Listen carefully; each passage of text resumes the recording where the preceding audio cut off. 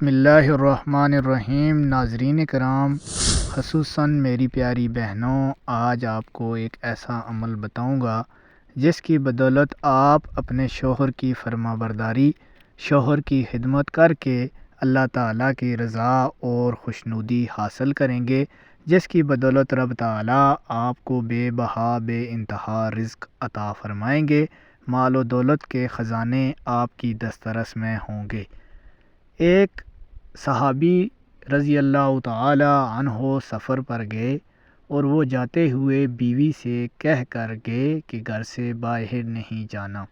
خاوند کے جانے کے بعد بیوی کو پیغام آیا کہ تیرا باپ بیمار ہے اور آ کر اس کی بیمار پرسی کر جائے۔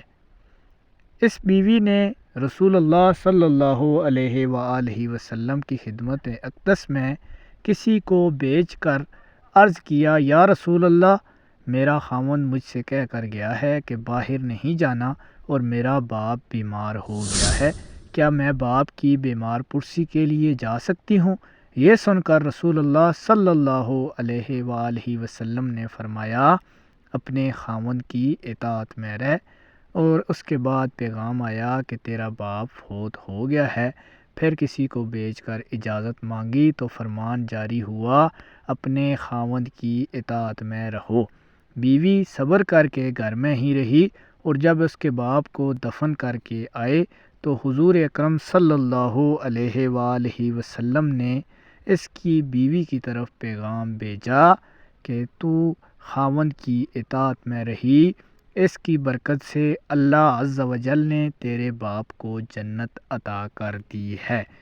ناظرین کرام، خصوصاً میری پیاری بہنیں، مائیں، بیٹیاں، آپ سے گزارش ہے کہ آپ اپنے شوہر کی اطاعت کریں، کیونکہ اس کا ذکر پیارے آقا محمد رسول اللہ صلی اللہ علیہ وآلہ وسلم نے کیا ہے اور کر کے دکھایا ہے۔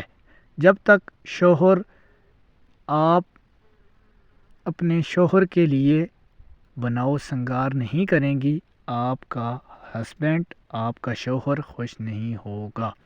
شوہر کو قابو کرنے میں سب سے بڑا راز اس کی رضا جوئی ہے۔ جو عورت خاوند سے کڑوی بات نہیں کرتی، اس کو خوش اسلوبی کے ساتھ پیش آتی ہے، وہ وحشی سے وحشی شوہر کو بھی کرویدہ کر لیتی ہے، اور جب شوہر خوش ہوگا آپ سے تو اللہ تعالیٰ بھی آپ سے خوش ہوگا، کیونکہ رب تعالیٰ نے آپ کے لیے اس کو ایک لباس بنا کر بھیجا ہے۔